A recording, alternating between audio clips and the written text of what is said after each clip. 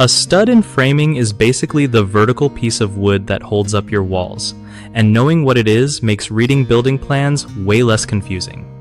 So, when you're working on framing a wall, remember that studs are spaced either 16 inches or 24 inches on center, which means from the center of one stud to the center of the next.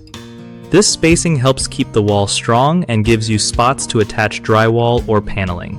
Studs run from the bottom plate, which is the horizontal wood at the floor, all the way up to the top plate by the ceiling. They're usually 2x4 or 2x6 pieces of lumber, depending on how thick your walls need to be. When you're nailing things together, make sure your studs are straight and plumb because crooked studs mess with the whole structure.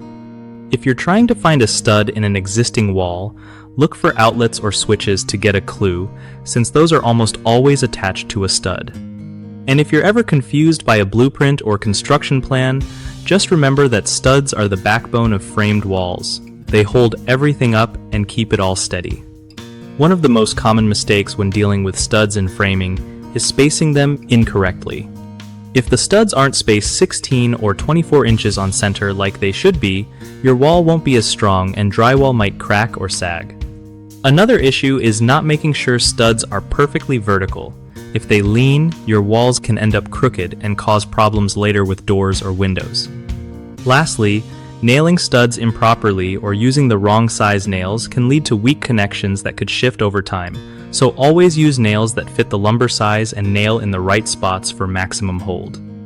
BigHomeProjects.com is a great spot for homeowners because it connects you with trusted local contractors who know their way around framing and other home projects.